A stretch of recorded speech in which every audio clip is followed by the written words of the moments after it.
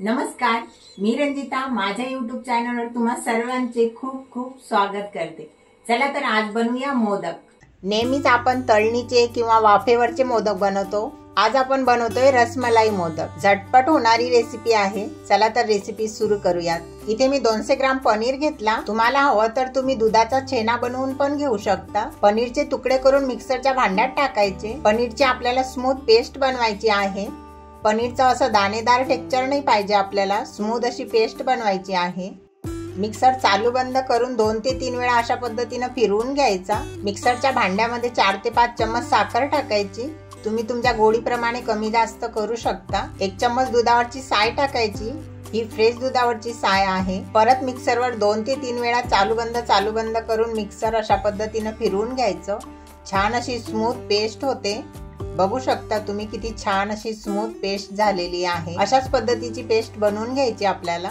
मोदकच्या व्हिडिओची playlist description box मध्ये दिलेली आहे, चेक नक्की करा। आणि व्हिडिओ आवडला तर लाईक शेअर सबस्क्राइब करायला विसरू नका। मिश्रण कढईमध्ये काढून घ्यायचं। पुरणाच्या तळणीचे मोदकचा व्हिडिओ माझ्या चॅनलवर आहे, बघितला नसेल तर तोही बघा। अर्धा कप मिल्क पावडर टाकायची। छान एकत्र करून घ्यायचं। गॅसवर ठेवण्याच्या आधी सगळं मिक्स करून घ्यायचं।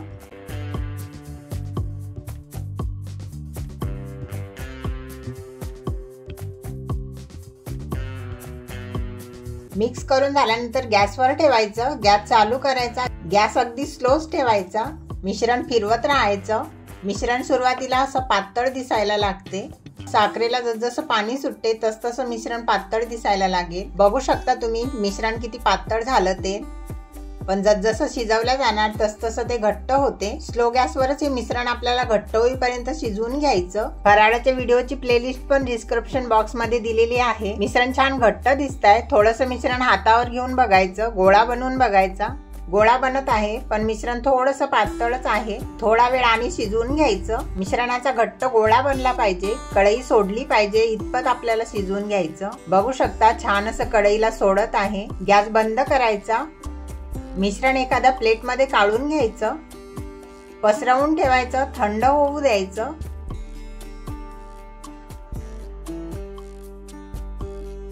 मिश्रण छान थंड झालं।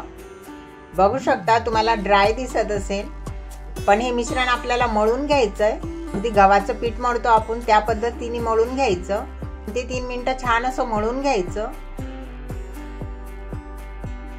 छान असा सॉफ्ट गोळा बनवून घ्यायचा। बघू शकता तुम्ही किती सॉफ्ट असा गोळा बनलेला आहे। थोडेसे पिस्त्याचे काप आणि वाळलेल्या गुलाबाच्या पाकळ्या टाकायच्यात आपल्याला। रोज पॅटल विकत पण मिळतात आणि तुम्ही घरी पण बनवू शकता। 2 चम्मच गुलाबाच्या पाकळ्या टाकायच्या। 2 ते 3 चम्मच पिस्त्याचे काप टाकायचे। हे सगळं साहित्य मिक्स करून घ्यायचं। सगळं एकत्र झालं पाहिजे। 4 थेंब रसमलाई इसेन्स पण टाकायचा। मी नाही टाकत आहे, तुमच्याकडे असेल तर तुम्ही नक्की टाका, खूप छान टेस्ट येते त्यानी। मिश्रण छान एकत्र झाल्यानंतर मोदकचा साचा घ्यायचा। तेल लावायची गरज पडत नाही, पण तुम्हाला हवं तर तुम्ही थोडंसं तेल लावून घेऊ शकता। थोडं थोडं मिश्रण साच्यामध्ये ठेवायचं।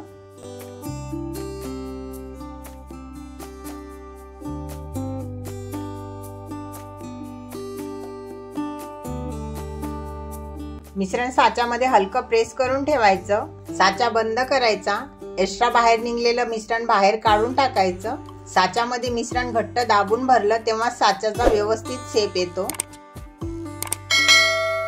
साच्याला हलकं टॅप करायचं आणि साचा खोलून हळूच असा मोदक बाहेर काढायचा। बघू शकता तुम्ही किती छान शेप आलेला आहे आणि किती छान दिसतंय मोदक।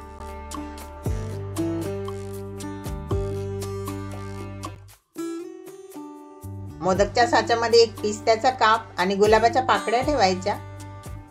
त्यावर मिश्रण ठेवायचं। साच्यामध्ये मिश्रण दाबून भरायचं।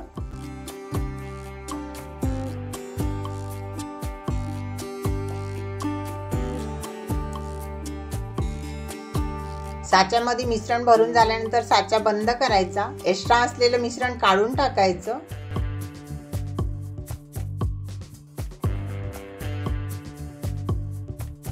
हलकसं टॅप करून मोदक बाहेर काढायचा। बघू शकता मोदक किती छान दिसतंय, किती सुंदर दिसतंय।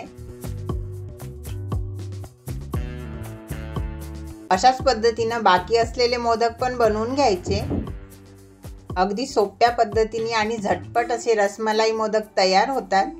तुम्ही या गणेश चतुर्थीला अशा पद्धतीने नक्की बनवा आणि बनवल्यानंतर कसे झाले हे कमेंट करून नक्की सांगा। वेगवेगळ्या प्रकारच्या अशा बऱ्याचशा मोदकच्या रेसिपीज माझ्या चॅनलवर आहेत, ते पण रेसिपी नक्की बघा। रेसिपी आवडली असेल तर लाईक करा, शेअर करा। असे छान छान व्हिडिओ पाहण्यासाठी चॅनलला सबस्क्राईब करायला विसरू नका। संपूर्ण व्हिडिओ बघितल्याबद्दल खूप खूप धन्यवाद। असाच भरभरून सपोर्ट करत राहा।